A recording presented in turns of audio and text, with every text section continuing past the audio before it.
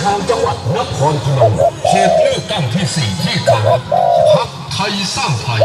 โดยคุณหญิงสุดารัตน์เกยุราพันธ์หัวหน้าพรรคขอเสนอนายชลิตวิชยสุขนายอำเภอดีเด่นสสดาวสภาสสนักพัฒนาเป็นผู้แทนของท่านในสภาเบอร์